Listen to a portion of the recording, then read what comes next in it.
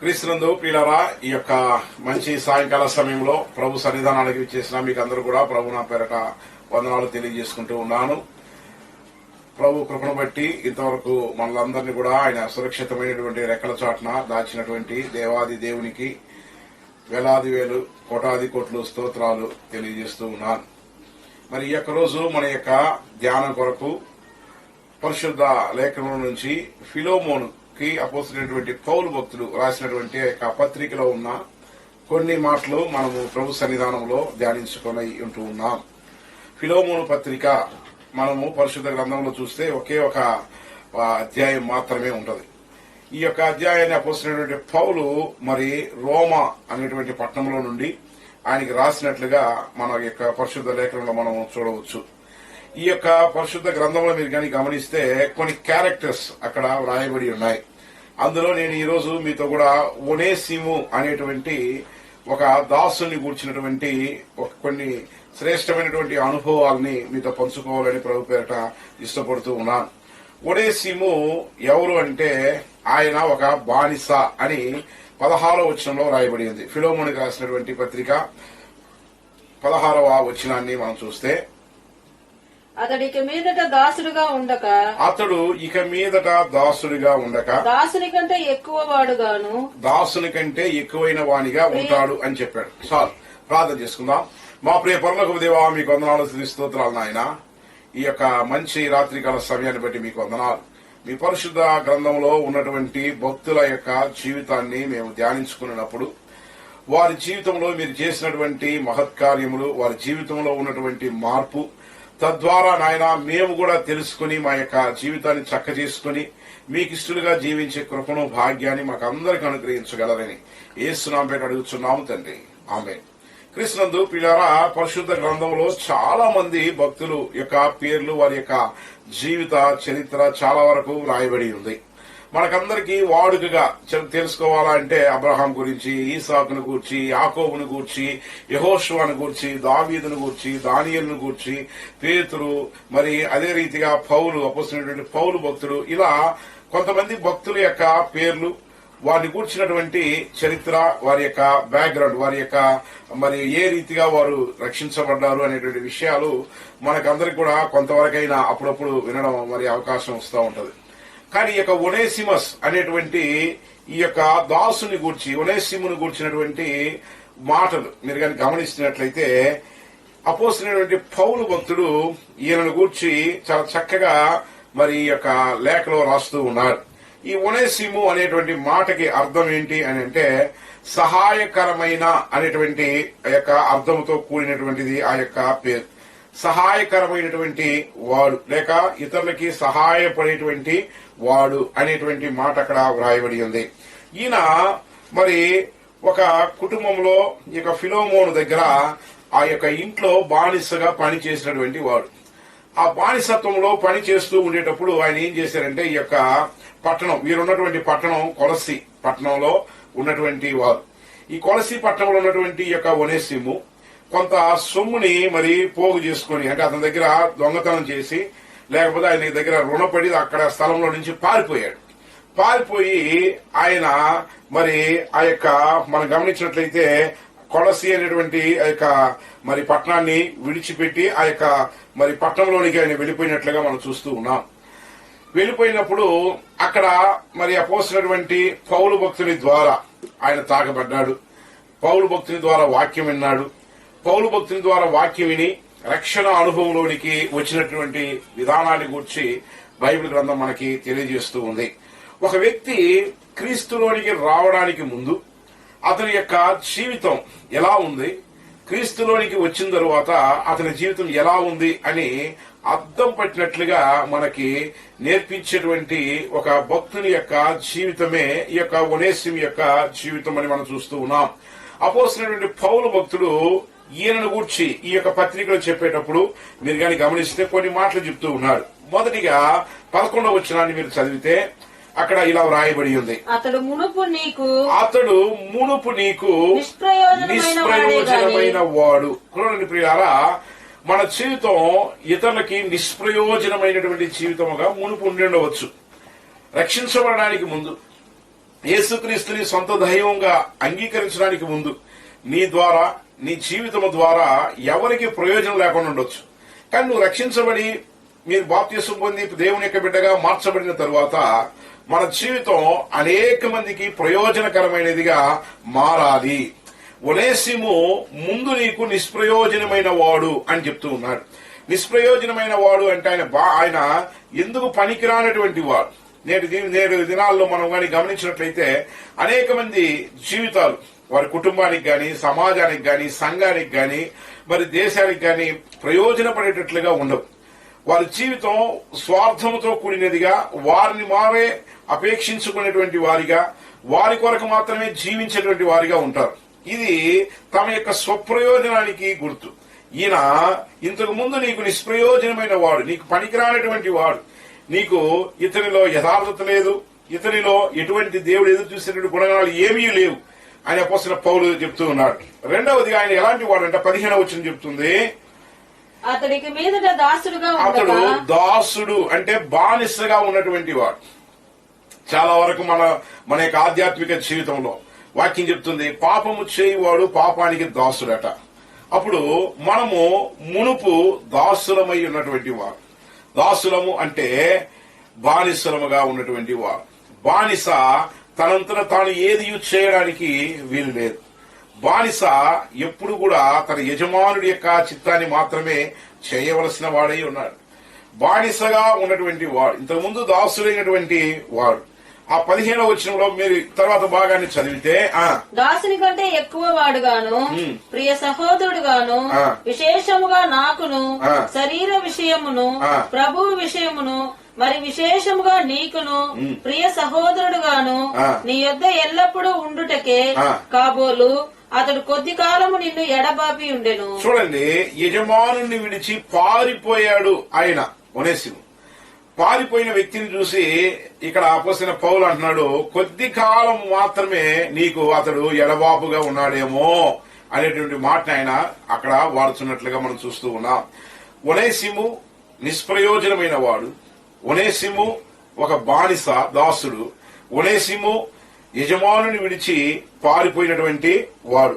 18వ వచనం చెప్తుంది, అతడు నీకు ఏ నష్టమైన కలుగజేసిన ఎడలను, ఏ నష్టమైన అంటే అన్యాయం చేసేటువంటి వాడు.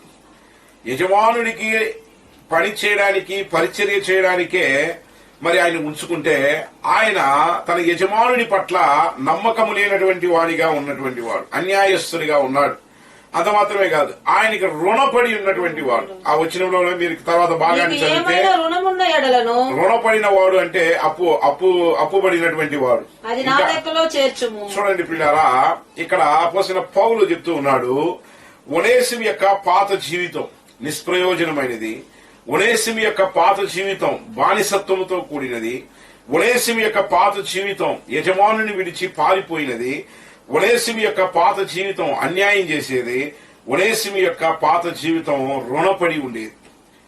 మనలో కూడా మన పాత జీవితాన్ని ఒకసారి మనం గాని అలాగ ఒక పట్టికేస్తే మన జీవితంలో మనం ఎలా నడుచుకున్నాము, ఎలాంటి జీవితాన్ని కలిగి ఉన్నాం, ఎలాంటి జీవన శైలి కలిగి ఉన్నాం అనే విషయాన్ని ఒకసారి మనం ఆలోచన చేసుకుని సరి చేసుకోవడం చాలా మంచిది. ప్రియులారా, మనలో చాలా మంది రక్షించబడినటువంటి తొలి దినాల్లో సాక్ష్యం చెప్తూ ఉంటాం. నేను పాపంలో నుంచి రక్షించబడ్డానండి, త్రాగులో నుంచి రక్షించబడ్డానండి, గొప్ప మరి పాపంలో నుంచి రక్షించబడ్డానండి, ఇలాంటి వాడినండి, అలాంటి వాడినండి అని సాక్ష్యం చెప్తూ ఉంటారు. రోజులు కొద్దీ గడిచే కొద్దీ, కొన్ని రోజులు అయ్యే కొద్దీ వారి యొక్క పాత పాప జీవితాన్ని మర్చిపోయి జనులు ఎలా ప్రవర్తించడానికి ప్రారంభిస్తారు అని అంటే వారు వచ్చినటువంటి స్థితిని మర్చిపోతారు. దేవుడు ఏ స్థితిలో నుండి వాడు రక్షించాడో, ఏ స్థితిలో నుండి వచ్చాడో అది మర్చిపోయి దాని తరువాత వారి జీవితంలో కొంతమంది అయితే తాము నీతిమంతులమని నడుచుకునేవారు కొంతమంది, ఇంకా కొంతమంది అయితే వారి యొక్క పాత జీవితాన్ని విడువక దాన్ని కొనసాగించేటువంటి వారు మరి కొద్దిమంది. ఇంకా కొద్దిమంది దేవుని యొద్దకు వచ్చి దేవుని యొక్క వాక్యానికి లోబడి ఆ యొక్క వాక్యానికి రక్షించిన అనుభవంలోనికి వచ్చిన తరువాత వేషధారణతో కూడా బ్రతికేటువంటి వారు ఇంకా కొంతమంది. అంటే ఈ ఒనేసిము యొక్క జీవితం మనకేం తెలియజేస్తుంది అంటే, ఒనేసిము తన యజమానుడి దగ్గర మోసం చేసి పరిగెత్తుకొని పారిపోయి అక్కడికి వచ్చిన తర్వాత కూడా తాను ఎవరు, తన స్థితి ఏంటి అని అక్కడ దైవజనుడైనటువంటి పౌలు గారి దగ్గర ఆయన తెలియజేస్తూ ఉన్నాడు. అంటే తన యొక్క నిజ స్థితిని ఒప్పుకొనుచూ ఉన్నాడు. పౌలు రాసినటువంటి లేఖలో ఎన్ని తెలియజేస్తున్నాడు. ఆయన నిష్ప్రయోజమైన వాడు, అన్యాయస్తుడు, రుణపడిన వాడు, యజమానుడి నుంచి పారిపోయిన వాడు, అతను బానిస అని చెప్తున్నాడు. అంటే ఇన్ని విషయాలు ఏది కూడా దాచలేదు. క్రైస్తవ జీవితం అనేది దాపరికంతో కూడింది కాదు, యథార్థతగా ఉండేది. దేవుని యొద్దకి వచ్చువారు యథార్థులై ఉండాలా అని ప్రభు ఇష్టపడుతూ ఉన్నాడు. నీ యొక్క ఆధ్యాత్మిక జీవితంలో నీరు నిజమైనటువంటి మార్పు వచ్చింది అంటే ఏది కూడా దొంగతనంగానో దాపరికంగానో ఉండకుండా ప్రభుకి ఇష్టడుగా దేవుని యొద్ద యథార్థత కలిగినటువంటి వాడిగా జీవించడం అవసరం. ఇప్పుడు ఆయన మారు మనసు పొందక ముందు ఉన్నటువంటి విషయాలని అపోస్తలుడైనటువంటి పౌలు ఒక పట్టిక వేసి ఒక 5 విషయాలు చెప్పాడు కదా. అదే రీతిగా ఒనేసిము మారు మనసు పొందిన తరువాత ఆయన గూర్చి ఆయన పలికినటువంటి మాటలు చూద్దాం. 10వ వచనాన్ని ఒకసారి చదువుకుందాం. 10వ వచనాన్ని చూద్దాం. క్రీస్తునందు నాకు బహుధైర్యం కలిగి ఉన్నను వృద్ధుడను ఇప్పుడు క్రీస్తు యేసు ఖైదీ అయ్యున్న యొక్క ఖైదీ పౌలను నేను ప్రేమను బట్టి వేడుకొనుట మరి మంచిదనుకొని నా బంధకములలో నేను కనిన నా కుమారుడు ఒనేసిము అని చెప్తున్నాడు. క్రీస్తు ప్రియారా, మొట్టమొదటి అనుభవాన్ని అపోస్తలుడైన పౌలు చెప్తున్నాడు. నేను ఖైదీనైనటువంటి నా యొక్క వృద్ధాప్యములో, నేను ఇటువంటి చెరసాల అనుభవంలో ఉండేటప్పుడు నేను కనిన నా కుమారుడైనటువంటి ఒనేసిము అని చెప్తున్నాడు. పూర్వస్థితి ఆయనది ఎలా ఉంది? ఆయన నిష్ప్రయోజకుడైనటువంటి వాడు, బానిసైనటువంటి వాడు, యజమానుడిని మోసం చేసినటువంటి వాడు, అన్యాయస్తుడు, రుణపడిన వాడు. మారు మనసు పొందిన తర్వాత ఇప్పుడు దైవజనుడైనటువంటి అపోస్తలుడైన పౌలు అంటున్నాడు, ఆయనకి ఎలాంటి స్థానాన్ని ఇచ్చాడంట? నా ద్వారా నేను కనిన నా కుమారుడైనటువంటి ఒనేసిము. ఈ మాటని అపోస్తలుడైన పౌలు భక్తుడు కొంతమంది భక్తులకు వాడాడు. తీతును చూసినప్పుడు నా యొక్క ఆత్మీయ కుమారుడు అని చెప్పాడు. అపోస్తలుడైనటువంటి తిమోతిని చూసినప్పుడు నా ఆత్మీయ కుమారుడైనటువంటి తిమోతి అని చెప్పాడు.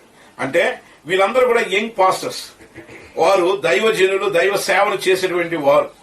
ఇదే మాట ఒక మార్పు చెందినటువంటి వ్యక్తిని గురించి చెప్పేటప్పుడు అపోస్తలుడైనటువంటి పౌలు దానిని అక్కడ పలకడాన్ని మనం చూస్తూ ఉన్నాం. చూడండి పిల్లారా, అపోస్తలుడైన పౌలు తన యొక్క పరిచర్యలో కొరింథీయులకు రాసినటువంటి మొదటి పత్రిక 4వ అధ్యాయము 15వ వచనంలో ఆయన ఒక మాట చెప్పడాన్ని మనం గమనిస్తాం. 4:15.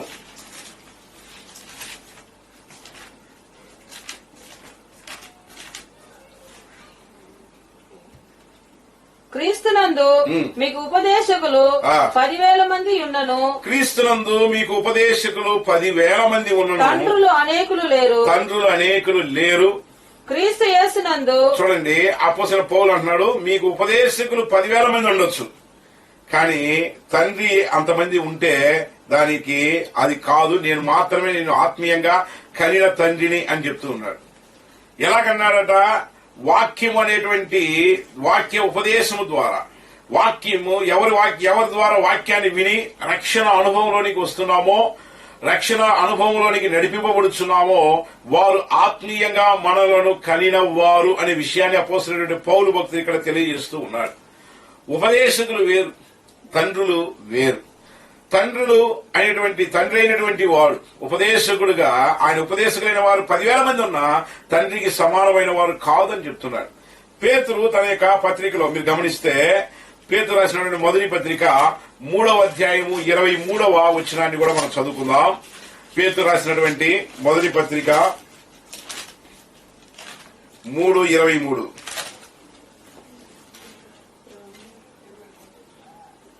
ఆయన పరలోకమునకు వెళ్లి దూతల మీదను అధికారుల మీదను శక్తుల మీదను అధికారము పొందిన వాడై దేవుని కుడి పార్శ్వమున ఉన్నాడు. కుమారుడైనటువంటి యేసుక్రీస్తు ప్రభుల వారు తండ్రి యొక్క కుడి పార్శ్వమున ఉన్నాడు. కుమారుడు అనేటువంటి ఆ యొక్క ఆధిక్యత చాలా గొప్పది. అపోస్తలుడైన పౌలు అంటున్నాడు, ఈ ఒనేసిము నా కుమారుడు అంటే నేడు ఏ స్థలంలో ఉన్నానో అక్కడ నా కుమారుడు ఉంటాడు అనేది దాని యొక్క భావం. అప్పుడు అపోస్తలుడైనటువంటి పేతురు చెప్తున్నాడు, తండ్రి అయినటువంటి దేవునికి కుమారుడైనటువంటి క్రీస్తు ఆయన యొక్క కుడి పార్శ్వమున ఆయనతో పాటు సింహాసనంలో కూర్చొని ఉన్నటువంటి యొక్క గొప్ప భాగ్యాన్ని పొందాడు కదా. అదే రీతిగా ఆత్మీయంగా కనబడినటువంటి మీరు, ఆత్మీయతగా కనినటువంటి మీరు, తిరిగి జన్మించినటువంటి అనుభవంలోనికి వచ్చినటువంటి మీరు, మారు మనసు పొంది తిరిగి అనుభవంలోనికి వచ్చినటువంటి మనలను ఆయన తన కుమారులుగా అని పిలుస్తూ ఉన్నాడు. కృష్ణందు పిల్లరా, ఈ మాట మనకి నిజంగానే మన యొక్క ఆధ్యాత్మిక జీవితానికి అవసరమైనది. ఎందుకంటే నికోదేము అనేటువంటి వ్యక్తి యేసు ప్రభువు వారి దగ్గరికి వచ్చినప్పుడు యేసయ్య చెప్పాడు, ఒకడు మరలా తిరిగి జన్మించకపోతే అతడు దేవుని యొక్క రాజ్యంలోనికి రాడు అన్నాడు. మారు మనసులో ఉన్నటువంటి మొదటి మెట్టు ఏంటంటే మనము తిరిగి జన్మించినటువంటి అనుభవంలోనికి రావాలి. అపోస్తలుడైనటువంటి పౌలు తీతుకు రాసినప్పుడు ఒక మాట చెప్తాడు. తీతు పత్రిక 3వ అధ్యాయము 5వ వచనంలో మీరు గమనిస్తే, మనము నీతిని అనుసరించి చేసిన క్రియల మూలముగా కాక తన కనికరము చొప్పుననే ఆయన కనికరము చొప్పుననే పునర్జన్మ సంబంధమైన స్నానము ద్వారాను పరిశుద్ధాత్మ మనకు నూతన స్వభావం కలుగజేయట ద్వారాను నూతన స్వభావాన్ని ఇస్తుంది. కన్నాను నేను అనే అపోస్తలుడైన పౌలు అంటున్నాడంటే నా కుమారుడు అయితే నా స్వభావము కలిగిన వాడని అర్థం. ఒనేసిములో అంతకు ముందు ఉన్నటువంటి స్వభావం దొంగ స్వభావం, అన్యాయం చేసే స్వభావం, పారిపోయే స్వభావం, ప్రయోజనం లేని స్వభావం, బానిసతో కూడినటువంటి స్వభావం. నేను కని ఉన్నాను అనేటప్పుడు ఇప్పుడు అంటున్నాడు అతనిలో నా స్వభావం ఉంది. అపోస్తలుడైన పౌలు దేవునికి లోబడినటువంటి వాడు, వాక్యానుసారంగా జీవించినటువంటి వాడు. ఆయన స్వభావం తన యొక్క ఆత్మీయ కుమారుడైనటువంటి ఒనేసిములో ఉన్నట్లుగా ఈ యొక్క మాటలు మనకి తెలియజేస్తూ ఉన్నాయి. మొదటి మాట, ఒనేసిమును గురించి ఆయన చెప్తున్నాడు, ఆయన నా ఆత్మీయ కుమారుడు. నేటి దినాల్లో మన యొక్క ఆత్మీయ కుమారుడు అని అపోస్తలుడైనటువంటి పౌలు ఆయన చూసి ధైర్యంగా చెప్పగలిగాడంటే అతనిలో ఉన్నటువంటి మార్పు ఆయన ప్రత్యక్షంగా చూశాడు కాబట్టి. నేటి దినాల్లో మనం చెప్పగలుగుతున్నామా? లేక మన సేవకుడు మనల్ని చూసి ఈయన ఆత్మీయ కుమారుడు అని చెప్పగలుగుతున్నాడా? ఇంకా కొంతమంది సేవకులను చూసి మా ఆత్మీయ తండ్రి అని చెప్పుకోవడానికి కూడా సిగ్గుపడేటువంటి వారు చాలా మంది ఉంటూనే ఉంటున్నారు లోకంలో. అపోస్తలుడైన పౌలు అంటే నేను చెరసాలలో ఉండగా నేను వాక్య ఉపదేశము చేసి రక్షణలోనికి నడిపించినటువంటి ఈ యొక్క ఒనేసిములో ఒక గొప్ప మార్పు వచ్చింది. ఆయన జీవితం మారిపోయిందని సేవకుడైనటువంటి పౌలు గారి ద్వారా సాక్ష్యం పొందాడు. ఈ మాటలు వింటున్నటువంటి ప్రియ సహోదరి సహోదరుడా, నీ యొక్క సాక్ష్యం నీవు నీ యొక్క సేవకుని ద్వారా పొందవలసినటువంటి వాడవై ఉన్నావనే విషయాన్ని మర్చిపోవద్దు. రెండవదిగా ఆయన గురించి ఆయన చెప్పిన రెండవ సాక్ష్యం చూడండి. రెండవ మాట అంటున్నాడు 11వ వచనంలో, ఫిలోమోను పత్రిక 11వ వచనం, అతడు ముందు నిష్ప్రయోజనమైన వాడు గాని ఇప్పుడు నీకును నాకును ప్రయోజనకరమైనటువంటి వాడు. దేవునికి స్తోత్రం, హల్లెలూయా. అపోస్తలుడైన పౌలు భక్తుడు అంటాడు, ఇంతకు ముందు నీకు ఆయన ప్రయోజనకుడు కాదు, నిష్ప్రయోజకుడు. వాడు ఉన్నా ఒకటే లేకపోయినా ఒకటే. కానీ ఇప్పుడు అతను మార్పు వచ్చేసింది. ఇప్పుడు అతను నీకును ఉపయోగపడతాడు, నాకును ఉపయోగపడతాడు అంటున్నాడు. క్రీస్తు పిల్లారా, ఈ మాట దేనికి సాదృశ్యం అంటే మన యొక్క జీవితం, మార్పు చెందినటువంటి జీవితం, మనం మన కుటుంబానికి దేవునికి ఉపయోగపడే వారముగా ఉండాలి. అతడు నీకు ప్రయోజనకుడు అంటే నీ దగ్గరకు ఆయన వచ్చినప్పుడు నీకు ప్రయోజనంగా ఉంటాడు. సేవలు నా యొద్దకు వస్తే నాకు ప్రయోజనంగా ఉంటాడు అంటున్నాడు. అంటే ఆత్మీయంగా ఆధ్యాత్మిక జీవితంలోనూ ఎదిగినటువంటి అనుభవం కలిగినటువంటి వాడిగా ఆయన కనబడుచున్నట్లుగా మనం చూస్తూ ఉన్నాం. అపోస్తలుడైనటువంటి పౌలు భక్తుడు ఒక మాట చెప్తాడు. తన యొక్క తిమోతికి రాసినటువంటి 2వ పత్రిక 4వ అధ్యాయం 11వ వచనంలో మీరు కానీ గమనిస్తే అక్కడ ఆయన చెప్పినటువంటి మాటలు ఆశ్చర్యాన్ని కలిగిస్తూ ఉంటాయి. లూకా మాత్రమే నా యొద్ద ఉన్నాడు, మార్కుని వెంట పెట్టుకొని రమ్ము, అతడు పరిచారము నిమిత్తము నాకు ప్రయోజనకరమైన వాడు. చూడండి ప్రియులారా, ఈ యొక్క మార్క్ ఎవరంటే ఈయనకి మరో పేరు ఉంది, జాన్ మార్క్ అనేది ఆయన యొక్క పేరు, యోహాను మార్క్ అనేది ఆయన యొక్క పేరు. ఈయన ఎవరు అంటే యెరూషలేములో ఉన్నటువంటి ఒక కుటుంబీకుడు, ఒక విశ్వాసీ కుటుంబం. ఆమె పేరు, వాళ్ళ తల్లిగారి పేరు మరియా. ఆమె ఆ యొక్క యెరూషలేము పట్టణంలో భక్తులైనటువంటి పేతురు గారిని తన ఇంట చేర్చుకునేటువంటి సహోదరి. వారి ఇంట సంఘం జరుగుతూ ఉండేది. అంటే వారి ఇంట్లో కూడుకొని దేవుని ఆరాధిస్తూ ఆ యొక్క మొదటి శతాబ్దంలో సంఘం చాలా కష్టమైనటువంటి పరిస్థితులు ఎదుర్కొనేటప్పుడు ఆ ఇంటి తెరిచి వారిని చేర్చుకున్నటువంటి ఒక సహోదరి ఆమె. ఆ ఇంట్లో ఆరాధన జరుగుతూ ఉండేది. ఆ ఇంట్లో ఆరాధన జరుగుతూ ఉండేటప్పుడు ఆ ఇంట్లో ఉన్నటువంటి ఆ యొక్క యజమానురాలి యొక్క కుమారుడే ఈ యొక్క జాన్ మార్క్. ఈ జాన్ మార్క్ కి మామగారు ఎవరంటే మరి ఏ అపోస్తలుడైన పౌలుతో ఉన్నటువంటి పరిచయం చేసినటువంటి మరి బర్నబా. ఈ యొక్క బర్నబా ఆయన యొక్క మేనమామ అవుతాడు. ఆ ఇల్లు అనేక మంది సేవకులకి తెరిచి ఉంచినటువంటి ఇల్లు. పేతురు చెరసాలలో ఉండేటప్పుడు సంఘమంతా కూడి ప్రార్థన చేయగా పేతురు చెరసాలలో నుంచి ఆయన బయటకు వచ్చినప్పుడు ఒక ఇంటికి వెళ్తాడు. ఆ ఇంటికి వెళ్ళినప్పుడు ఆ తలుపు మూసేసి ఉంది. లోపల ఆయన తలుపు దగ్గర ఉండి స్వరం విన్న వెంటనే లోపల ఉన్నటువంటి రోదే అనే ఒక చిన్నది పరిగెత్తుకుని వచ్చి అపోస్తలుడైనటువంటి పేతురు గారు బయట ఉన్నారని చెప్తారు కదా. ఆ యొక్క కుటుంబమే ఈ యొక్క జాన్ మార్క్ యొక్క కుటుంబం. ఈయనతో కూడా తన యొక్క ప్రయాణాన్ని సువార్త దండయాత్రని అపోస్తలుడైనటువంటి పౌలు కొనసాగిస్తూ ఉన్నాడు. బర్నబాను తరువాత అపోస్తలుడైన పౌలు జాన్ మార్క్ ను తీసుకుని వెళ్తున్నారు. జాన్ మార్క్ చాలా యవనస్తుడు. ఆ యవనస్తులు కనుక ఈయన ఒక్కొక్క ఊరికి వెళ్లి సువార్త పని చేస్తూ వచ్చేటప్పుడు ఆయనకు అనిపించిందట, నేను ఈ యొక్క సువార్త పని ఇక కొనసాగించలేనని చెప్పి అతను సొగంలోనే అంటే ఆ యొక్క మరి సువార్త పనికి వెళ్లేటప్పుడు అతను సొగం వరకు కొన్ని ఊర్ల వరకు వెళ్లి తిరిగి వచ్చేసాడు.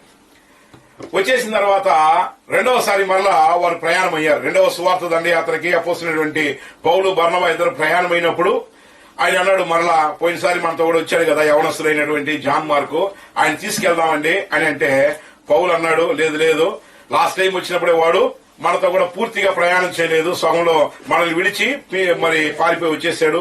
కాబట్టి వాడు నిష్ప్రయోజకమైనటువంటి వాడు గనుక వాడిని మనం తీసుకుని వెళ్లాల్సిన అవసరం లేదని చెప్పాడు. అక్కడ బర్నబాకి పౌలు ఇద్దరికి విభేదం వచ్చింది.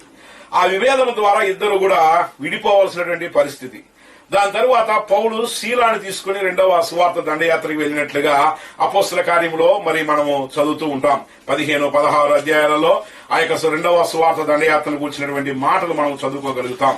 ఇప్పుడు ఆ తిమోతికి రాసిన రెండవ పత్రిక 4వ అధ్యాయం 11వ వచనంలో అపోస్తలుడైనటువంటి పౌలు భక్తుడు పలికిన మాట మీరు చూడండి. నా దగ్గర లూకా మాత్రమే ఉన్నాడు, అక్కడి నుంచి మీరు ఈ యొక్క మార్క్ ని పంపిస్తే అతడు నాకు ప్రయోజనకుడై ఉంటాడు అని అన్నాడు. మార్కు ఎప్పుడైతే ప్రయోజకుడు కాదని తరిమివేయబడినటువంటి ఒక పరిస్థితిలో ఉన్నటువంటి మార్కు ఇప్పుడు నాకు ప్రయోజకుడు కనుక అతను నా ఎదుగు పంపించమని అపోస్తలుడైన పౌలు అంటున్నాడు. ఇక్కడ ఒనేసిము నిష్ప్రయోజకుడైనటువంటి వాడు, తన యజమానుని విడిచి దూరమైన వాడు. ఇప్పుడు అంటున్నాడు, ఈయన నీకు నాకు ప్రయోజకుడై ఉన్నాడు అని చెప్పాడు. క్రీస్తునందు ప్రియులారా, ఈ యొక్క సంభవం లేక ఈ యొక్క మాటలు మనకి ఏం తెలియజేస్తున్నాయి అంటే మన జీవితం ఇతరులకి ప్రయోజనకరమైనదిగా మారాలా. అది మారాలి అంటే మనలో మార్పు రావాలా. నేను ఉండడం ద్వారా, నేను ఈ లోకంలో జీవించడం ద్వారా, దేవుడు నాకు ఇచ్చినటువంటి ఈ యొక్క కృప ద్వారా, దేవుడు ఇచ్చినటువంటి ఆత్మీయ తలంతుల ద్వారా, దేవుడు నాకు ఇచ్చినటువంటి ఆత్మీయ వరముల ద్వారా నేను నా కుటుంబానికి సంఘానికి ప్రయోజనకరుడిగా ఉండాలా, దేవుని సేవకునికి ప్రయోజనకరంగా ఉండాలనేటువంటి ఆలోచన మనలోకి రావాలి. ఎప్పుడైతే మన యొక్క స్వప్రయోజనాన్ని మనము వెతుకుతామో అప్పుడు దేవుని చేత వాడబడం. అపోస్తలుడైన పౌలు అంటున్నాడు, అతడు నీకును నాకును ప్రయోజకుడైనటువంటి వాడు. అంత మాత్రం నిలబెట్టలేదు ప్రియులారా. 12వ వచనాన్ని చూస్తే నిజంగా చాలా ఆశ్చర్యం అనిపిస్తుంది. ఎందుకంటే పౌలు ఎవరిని కూడా చూసి పలకనటువంటి కొన్ని మాటలు ఈ యొక్క ఒనేసిమును గురించి చాలా మంచిగా ఆయన పలుకుతున్నట్లుగా మనం చూస్తూ ఉన్నాం. 12వ వచనం ఫిలోమోను 12. నా ప్రాణము వంటి వాడైన అతనిని. ఎంత గొప్ప మాట చెప్తున్నాడో చూడండి. నా ప్రాణము వంటి వాడు. ఎవరు చెప్తారండి ఇటువంటి సాక్ష్యం? ముందు దొంగ, పారిపోయిన వాడు, అప్పు తీసుకొని అప్పు ఇవ్వకుండా రుణపడినటువంటి వాడు. ఆయన ఎంత మార్పు వస్తే అపోస్తలుడైన పౌలు అంటాడు, అతడు నా ప్రాణం లాంటి వాడండి. ఈ మాట ఎప్పుడైనా మనం చెప్తామండి? మనం ఎవరైనా చూసి చెప్పగలమా ఇతను నా ప్రాణం అండి అని చెప్తామా? నా ప్రాణం వంటి వాడు అని అంటున్నాడు అపోస్తలుడైన పౌలు. నిష్ప్రయోజనమైన వ్యక్తి ఒక సేవకునికి అతడు ప్రాణము వంటి వాడి అనే మారాడు. నీ జీవితం అలా మారుతుందా? అంతగా నువ్వు ఎవరైనా వెంబడిస్తున్నావా? అంతగా ఎవరినైనా నువ్వు ప్రేమిస్తున్నావా? అంతగా నువ్వు ఎవరికైనా సహాయం అందిస్తున్నావా? అంతగా ఎవరితోనైనటువంటి నీ దీనత్వమైనటువంటి మనసును కలిగినటువంటి వాడిగా ఉన్నావా? ఒనేసిమును గురించి అంటున్నాడు, అతను నా ప్రాణము లాంటి వాడు. కొరింథీయులకు రాసినటువంటి మొదటి పత్రిక 16వ అధ్యాయము 10, 11 వచనాలు కూడా మీరు గమనిస్తే అక్కడ అపోస్తలుడైన పౌలు తిమోతి వచ్చిన ఎడల ఆ, అతడు మీ యొద్ద నిర్భయుడై ఉండునట్లు తిమోతి మీ యొద్దకు వస్తే అతను నిర్భయుడై మీ యొద్ద ఉండునట్లు చూచుకోండి. నా వలనే అతడు ప్రభు పని చేయుచున్నాడు గనుక నా వలనే అంటే నేను ఎలా సేవ చేస్తున్నానో అతడు అలాగే చేస్తున్నాడు గనుక ఎవడైనా అతనిని తృణీకరింపవద్దు. ఎవడైనా అతను ఏం చేయొద్దు, తృణీకరింపవద్దు. నా యొద్దకు వచ్చుటకు వచ్చుటకు అతనిని సమాధానంతో సాగనంపుడి. అతని సమాధానంతో సాగనంపుడి అని చెప్పాడు. ప్రియులారా, ఈ మాటలు మనకు తెలియజేసే సత్యం ఏంటి? అతన్ని మీరు తృణీకరించవద్దు. నన్ను ఎలా చేర్చుకున్నారో అలాగే చేర్చుకొని అంటున్నాడు. ఒక తిమోతి దేవుని యొక్క గొప్ప యవనుడైనటువంటి సేవకుడు. అతడు మంచి విశ్వాస కుటుంబంలో పుట్టినటువంటి వాడు. వాళ్ళ యొక్క అవ్వలో వాళ్ళ తల్లిలో విశ్వాసం ఉంది. చిన్న వయసులో నుంచే విశ్వాసంలో ఎదిగిన వాడు తిమోతి. ఆయన అపోస్తలుడైన పౌలుకి ఆత్మీయ కుమారుడు అని చెప్పే దాంట్లో ఆశ్చర్యం లేదు. కానీ ఇక్కడ ఉన్నటువంటి ఒనేసిము అలాంటి వాడు కాదు. పారిపోయి ఇద్దరు చెరసాలలో ఒకరిని ఒకరు చూసుకుంటున్నారు. చెరసాలలో బంధింపబడినప్పుడు చూసుకుంటున్నారు ఒకరినొకరు. అలాంటి స్థితిలో ఉన్నటువంటి వ్యక్తిని గురించి అపోస్తలుడైన పౌలు అంటున్నాడు, అతడు నా ప్రాణము వంటి వాడు. ఎంత గొప్ప సాక్ష్యం అండి! అతను వచ్చినటువంటి మార్పు చూడండి, ఎంత గొప్ప మార్పు అతనిలో వచ్చింది. గలతీ పత్రిక 6వ అధ్యాయము 17వ వచనంలో మీరు గమనిస్తే, గలతీ 6:17, నేను యేసు యొక్క ముద్రలు నా శరీరమందు ధరించి ఉన్నాను. నేను యేసు యొక్క ముద్రలు నా శరీరం మీద ధరించి ఉన్నాను. ఇక మీదట ఎవడును నన్ను శ్రమ పెట్టవద్దు. ఇక మీద నన్ను ఎవడును శ్రమ పెట్టవద్దు. అంటే యేసు క్రీస్తు ప్రభుల వారు ఎలాంటి మరి ఆ యొక్క శ్రమలు అనుభవించారో ఆయన ముద్రలు నేను కూడా నా శరీరంలో అనుభవించి ఉన్నానని అపోస్తలుడైనటువంటి పౌలు తెలియజేస్తూ ఉన్నాడు. ప్రియ దేవుని సంగమా, ఈ మాటలు వింటున్నటువంటి ప్రియ సహోదరి సహోదరుడా, ఈ యొక్క రాత్రికాల సమయంలో మనం ఈయన వలె ఒనేసిమును పోలి దేవుని యొక్క సేవకుడైన పౌలుకి అతను ప్రాణం వంటి వాడని ఆయన సాక్ష్యం ఇస్తూ ఉన్నాడు. అంతేనా? అంటే 15వ వచనంలోకి రండి, అక్కడ ఇంకొక మాట చెప్తూ ఉన్నాడు. 15 అతడు ఇక మీదట దాసుడుగా ఉండక, అతడు ఇక మీదట, ఇప్పుడు ఇంతకు ముందు నీ దగ్గర అతడు బానిస, నీ యొద్ద నుంచి వచ్చేటప్పుడు బానిసగా ఉండే పారిపోయి వచ్చాడు. కానీ ఇప్పుడు ఇక మీద అతడు నీ యొద్ద బానిసగా ఉండక దాసుని కంటే ఎక్కువ వాడుగా, దాసుని కంటే ఎక్కువనిగా అతడు ఉండాలి అని అంటున్నాడు. క్రీస్తు ప్రియులారా, ఎంత శ్రేష్టమైనటువంటి మాట పలుకుతున్నాడో గమనించండి. అతనికి మీద దాసుని కాదు, దాసుని కంటే ఎక్కువ వాడు. అంటే ఆయన నా కుమారుడు అని చెప్పాడు అపోస్తలుడైనటువంటి పౌలు. ఇప్పుడు ఆయన దాసుడు కాదండి, ఆయన ఎవరంట? దాసుని కంటే ఎక్కువ వాడు ఎవరండి అంటే యజమానునికి తన కుమారుడే. ఒనేసిముకి ఆయన అంటున్నాడు. ఆ ఒనేసిముని గురించి ఆ యొక్క ఫిలోమోనుతో ఆయన చెప్పిన మాట ఏంటంటే, ఇక మీద నీ దగ్గర ఇంత ముందు బానిస అయి ఉండొచ్చు, నీ దగ్గర పాలేరు పని చేసి ఉండొచ్చు, నువ్వు ఆ చీటికి మాటికి వాయి కార్యాలన్నీ కూడా అతని చేత చేయించుకొని ఉండవచ్చు. కానీ ఇప్పుడు మళ్ళా నీ ఎద్దకు వస్తున్నాడే, బానిసలాగా రావట్లేదు. ఆయన నీ ఎద్దకు వచ్చినప్పుడు బానిస కంటే ఎక్కువగా, దాసుని కంటే ఎక్కువనిగా వస్తున్నాడు. దాసుని కంటే ఎక్కువనికంటే తన కుమారుడిగా వస్తున్నాడు. అపోస్తలుడైనటువంటి పౌలు గారి యొక్క కుమారుడు వలె వస్తున్నాడు. నువ్వు అలాగే అతన్ని అంగీకరించు అని ఆయనకి ఒక లేఖ రాస్తూ ఉన్నాడు. పిల్లరా, మార్పు చెందినటువంటి జీవితం, క్రీస్తు కొరకు జీవించాలనేటువంటి ప్రతిజ్ఞ పూనినటువంటి జీవితం, దేవుని కొరకు ఏదైనా చెయ్యాలనేటువంటి ఆలోచన కలిగినటువంటి జీవితం నీ జీవితాన్ని మార్చడం మాత్రమే కాదు, నీ స్థాయిని కూడా హెచ్చిస్తుంది. ఇంతకుముందు నువ్వు దాసుడు అయి ఉండొచ్చు, ఇంతకుముందు నువ్వు బానిస అయి ఉండొచ్చు, ఇంతకుముందు చీటికి మాటికి అన్ని కార్యాలని చేసేవాడిగా ఉండవచ్చు. కానీ ఇప్పుడైతే నీ జీవితాన్ని దేవుడు మార్పు చెందించాడు కనుక క్రీస్తు కొరకు నువ్వు జీవించుచున్నావు గనుక, ప్రభు కొరకు ప్రభు యొక్క సేవకుని ద్వారా మంచి సాక్ష్యం పొంది ఉన్నావు గనుక నీ జీవితము మార్పు చెందినది దేవునికి అనుగుణమైనదిగా, దేవునికి ఇష్టమైనదిగా మార్చుకోవడం ద్వారా నీవు దాసుని కంటే ఎక్కువనిగా ఎంచబడుదువు. 15-16 వచనం కూడా చదువుదాం. ప్రియ సహోదరుడు విశేషముగా నాకును శరీర విషయమును ప్రభువు విషయమును మరి విశేషముగా నీకును ప్రియ సహోదరుడుగాను నాకు ప్రియ సహోదరుడుగా ఎల్లప్పుడూ ఉండుటకే కాబోలు. చూడండి, అక్కడ వాక్యం చెప్తుంది ప్రియ సహోదరుడట ఒనేసిము. సహోదరుడు అంటే, సహోదరుడు అనే మాటని తెలుగులో విభజిస్తే సహా ఉదరుడు అని అర్థం. సహోదరుడు అంటే సహా అంటే తనతో పాటి, ఉదరులు అంటే రక్తం ఒకే రక్తం కలిగిన వారు అని అర్థం. అంటే ఒక తల్లిదండ్రులకి పుట్టినటువంటి యొక్క బిడ్డలు అనేది దాని యొక్క భావం. సహోదరులు అంటే ఒకే రక్తము కలిగిన వారు, ఒకే డిఎన్ఏ ఉండేవాళ్ళు, ఒక తల్లిదండ్రులకి పుట్టినటువంటి బిడ్డలు అనేది దాని యొక్క అర్థం.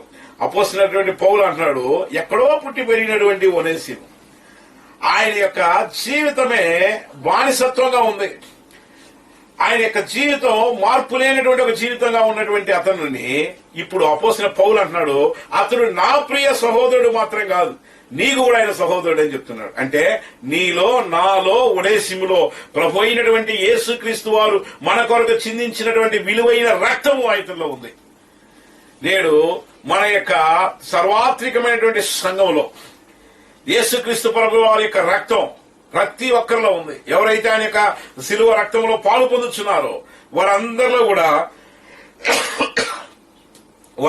కూడా ప్రభు అయిన యేసుక్రీస్తు వారి యొక్క రక్తం అక్కడ ఉంది.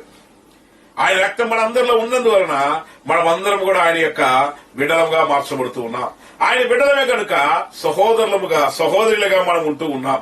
అపోస్తలుడైన పౌలు అంటున్నాడు, నేను కలిగిన నా కుమారుడు అని ప్రారంభించాడు. ఆయన నాకు ప్రయోజనకరుడు అని చెప్పాడు, నా ప్రాణం లాంటి వాడని చెప్పాడు, దాసుని కంటే ఎక్కువ వాడని చెప్పాడు. ఇప్పుడు అన్నాడు నా ప్రియ సహోదరుడండి. ఆయన అంత మాత్రం నిలబెట్టలేదు ప్రియులారా, మీరు గమనించండి. 17వ వచనంలో చూస్తే, కాబట్టి నీవు నన్ను నీతో పాలివానిగా ఎంచిన ఎడల, నీవు నన్ను నీతో పాలివానిగా ఎంచిన ఎడల నన్ను చేర్చుకున్నట్లు అతనిని కూడా చేర్చుకొనుము. దేవునికి స్తోత్రం. హల్లెలూయా. క్రీస్తునందు పిల్లారా, ఎంత గొప్ప ఒక రికమెండేషన్ చేస్తున్నాడో చూడండి. నన్ను చేర్చుకున్నట్టు అతనిని చేర్చుకొనుము.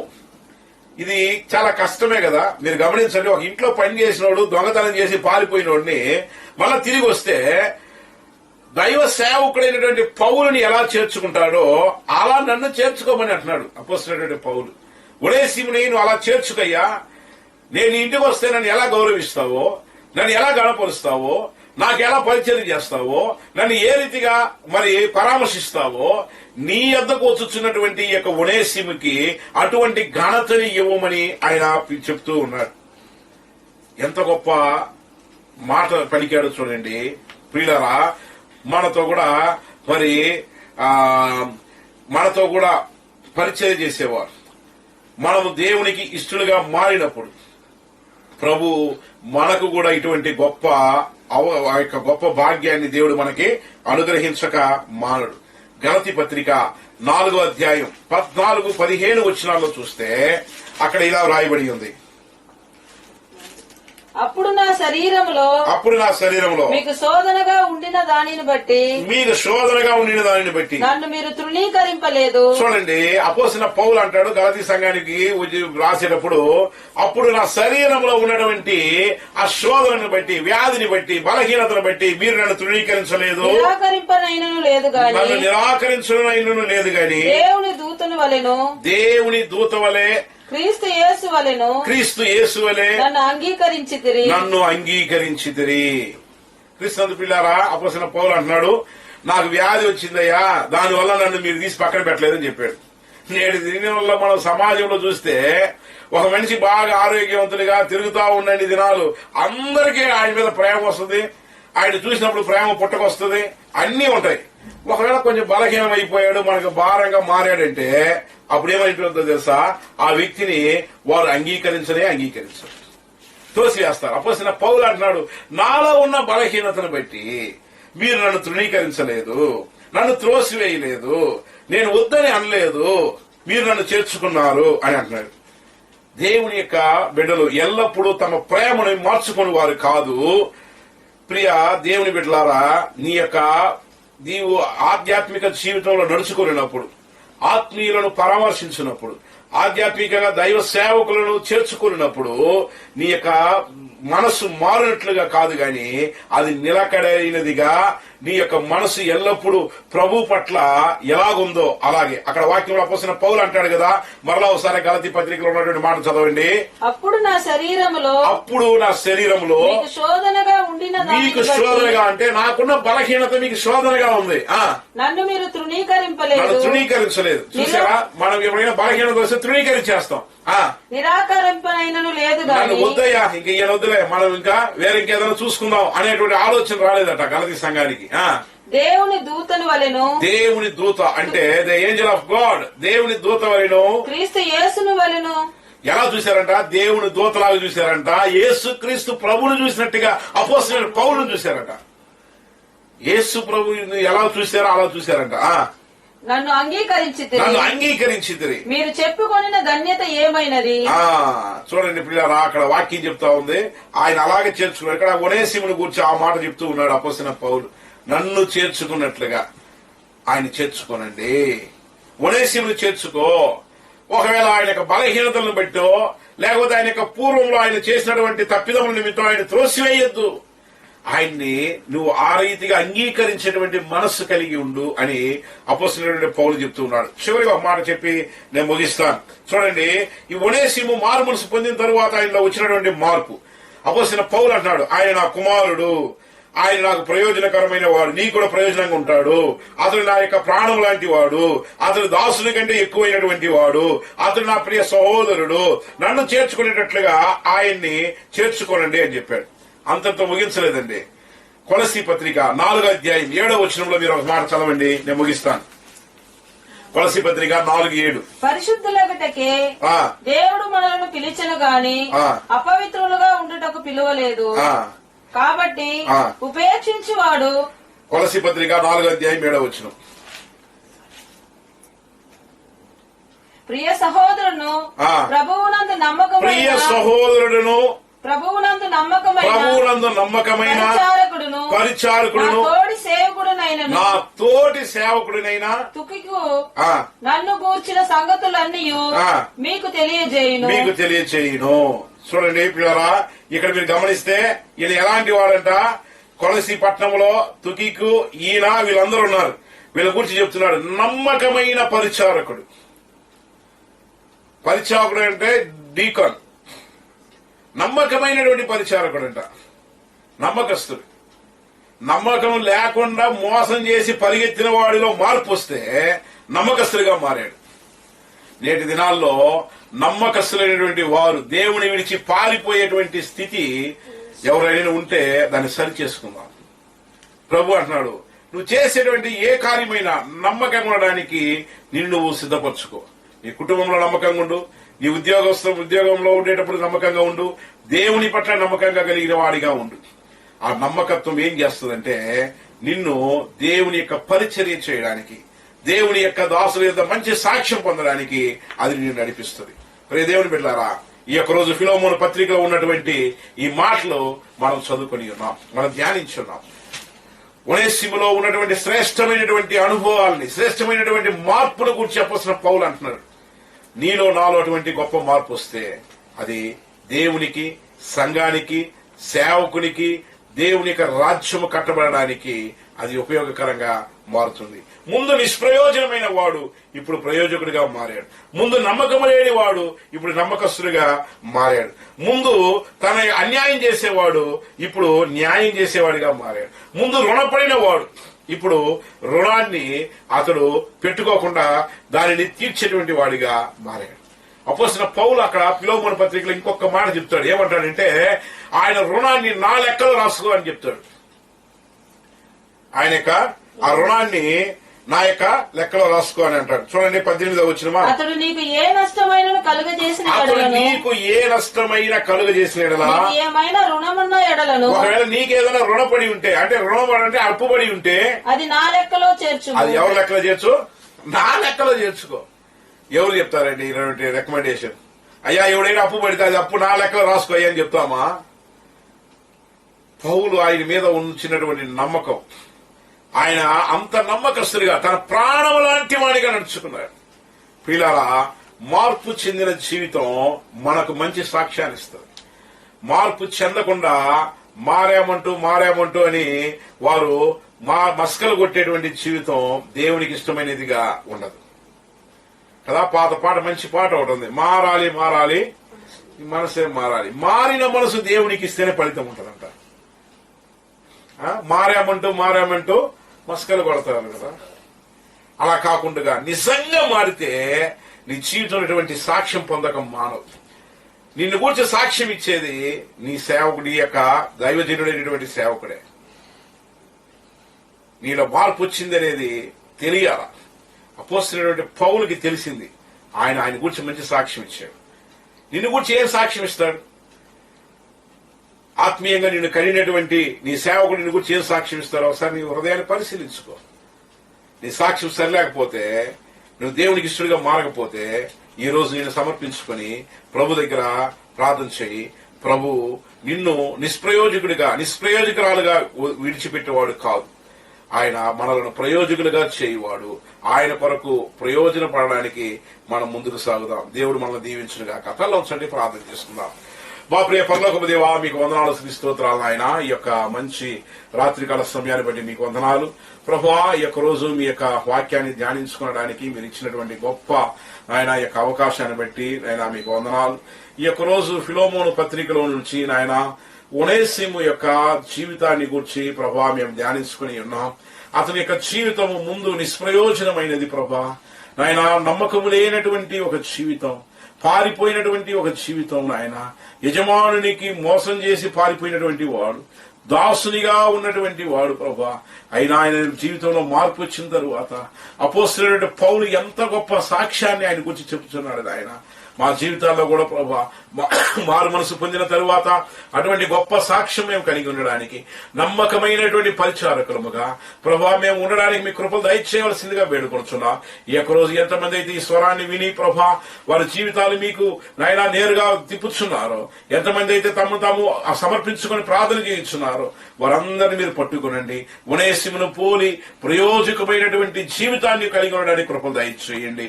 ఆశీర్వదించి మేలు చేయండి. మీ కృపలతో బలపరచండి ప్రభా నాయన. ఈ యొక్క రోజు వారి జీవితం నూతనమైనటువంటి మలుపులోనికి వచ్చి మీ కొరకు ముందుకు సాగి కృపను, భాగ్యాన్ని, ధన్యతను అనుగ్రహించి నడిపించగలరండి. యేసునామమున పేరిట అడుగుచున్నాము తండ్రి, ఆమేన్. నా ప్రాణమా యెహోవాను సన్నిధించుము, నా ఇంతన సమస్తమైన పరిశుద్ధ నామాన్ని సన్నిధించు.